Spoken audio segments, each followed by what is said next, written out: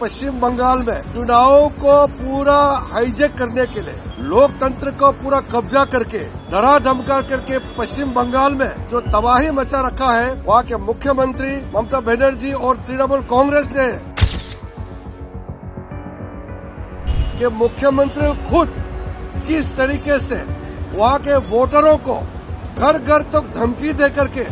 कि जो बीजेपी को वोट देगा उसको नहीं छोड़ा जाएगा। पश्चिम बंगाल में जितना अधिकारी है, वरिष्ठ अधिकारी से लेकर के नीचे स्तर का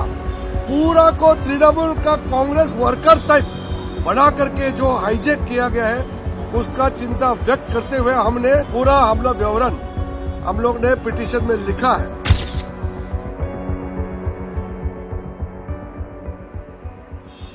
ये बहुत ही गंभीर पिटीशन, बहुत ही महत्वपूर्ण एक विषय लेके आए हैं। अभी जो चुनाव हो रहे हैं 5 राज्यों में, उसमें से सबसे विशेषकर पश्चिम बंगाल में चुनाव को पूरा हाईजैक करने के लिए,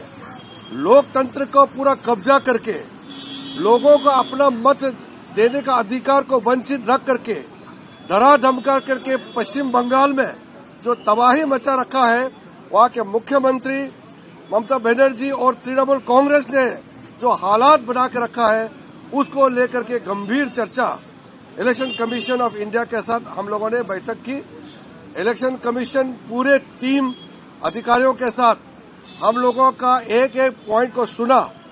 और हमने एक एक पॉइंट बारीकी से बताया कि मुख्यमंत्री खुद किस तरीके से वहाँ के वोटरों को घर घर तक धमकी दे करके कि जो बीजेपी को वोट देगा उसको नहीं छोड़ा जाएगा, और तृणमूल कांग्रेस का पूरा कार्यकर्ता, पूरा मंत्री, उनका पूरा टीम किस तरीके से पूरा इलेक्शन प्रोसेस को हाईजैक किया। पश्चिम बंगाल में जितना अधिकारी है, वरिष्ठ अधिकारी से लेकर के नीचे स्तर का पूरा को तृणमूल का कांग्रेस वर्कर टाइप बना करके जो हाईजैक किया गया है, उसका चिंता व्यक्त करते हुए हमने डिटेल में कब कब ममता बनर्जी ने लोगों को धमकी दिया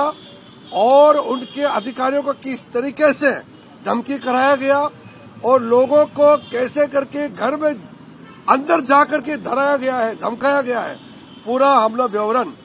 हम लोग ने पिटीशन में लिखा है।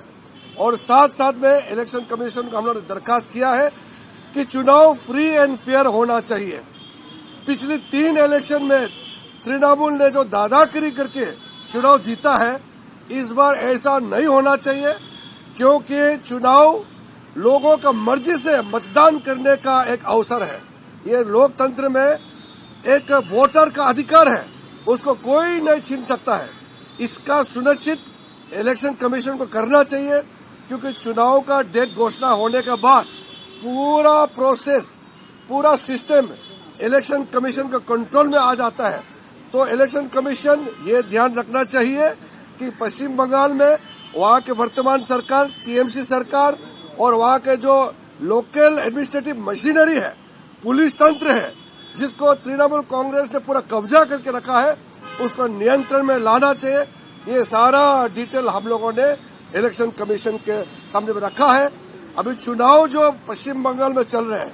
वह जनता भयंकर तृणमूल का खिलाफ में आवाज उठा रहे हैं, और डर के बौखलाहट में तृणमूल कांग्रेस और टीएमसी ने जैसे काम कर रहे हैं, ममता बनर्जी जैसे कर रहे हैं, वो से साफ पता चल रहा है कि टीएमसी हारने जा रही है।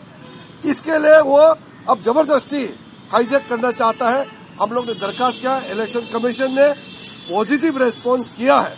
और कहा कि फ्री एंड फेयर इलेक्शन के लिए जो कुछ करना होगा, इलेक्शन कमीशन ऑफ इंडिया कदम उठाएगी, ऐसा हम लोगों को आश्वासन दिया है।